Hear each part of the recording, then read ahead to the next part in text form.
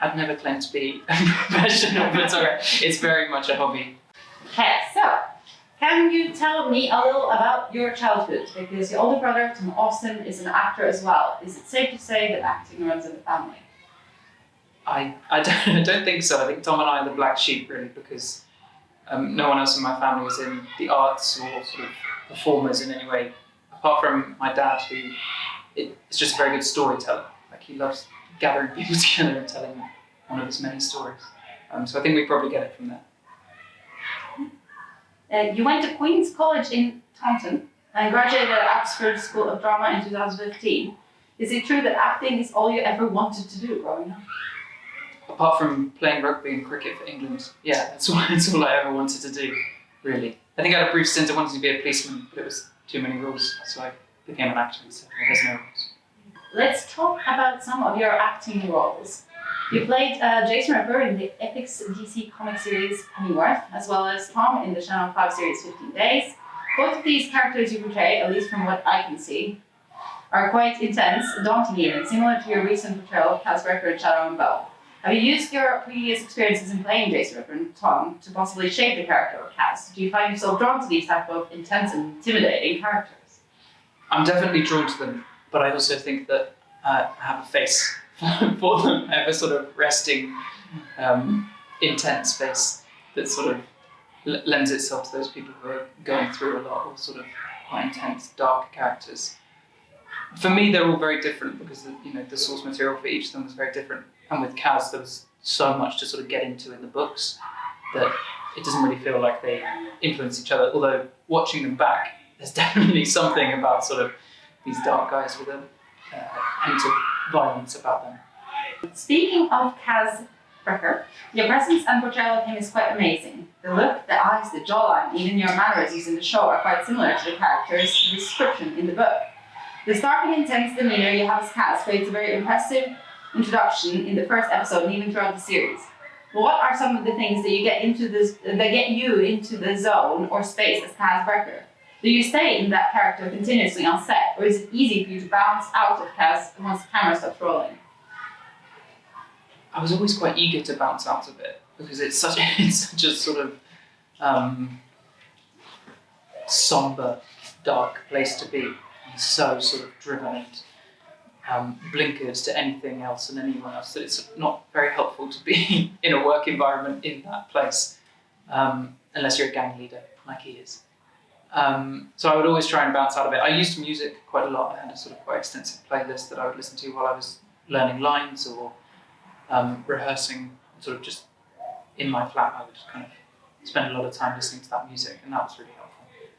Do you relate to Kaz in any way, whether that is his thought process or the internal conflict he has with himself sometimes, or is there any character in Shadow and Bone that you do relate to and understand more? We're very different in loads of ways. I don't have a kind of, the red mist isn't sort of ready to descend with me necessarily like it is with Kaz. I suppose the key into him for me was his loyalty and how important loyalty is to him. He builds this little family around himself and expects loyalty of them and sort of gives it back to them. And I think, yeah, we're pretty similar in that respect. He sort of, once you've earned his trust, you've got it. And the same with me. In regards to all the roles you have played, including Finn and Netflix original series Pre-Reign, what are some things that you learned, whether that's from the characters or the experience, that you can't help but take with you as you continue and advance your career? Ooh.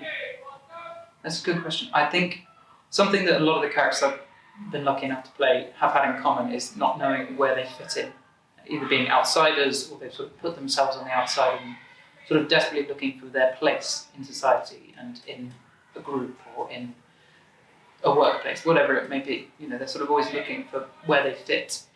And so I think that's forced me to kind of explore that in myself and where do I fit and where do I want to fit in the world. And I'm not saying that I've figured it out, but it's just sort of it's been interesting to think about that. Switching a bit of gears here, you also have a love for photography.